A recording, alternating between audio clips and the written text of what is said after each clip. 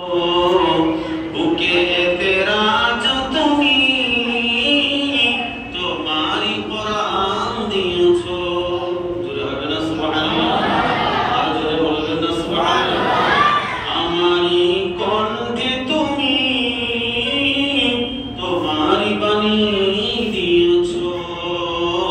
বুকে তেরা जो তুমি তোমারই কোরআন দিয়েছো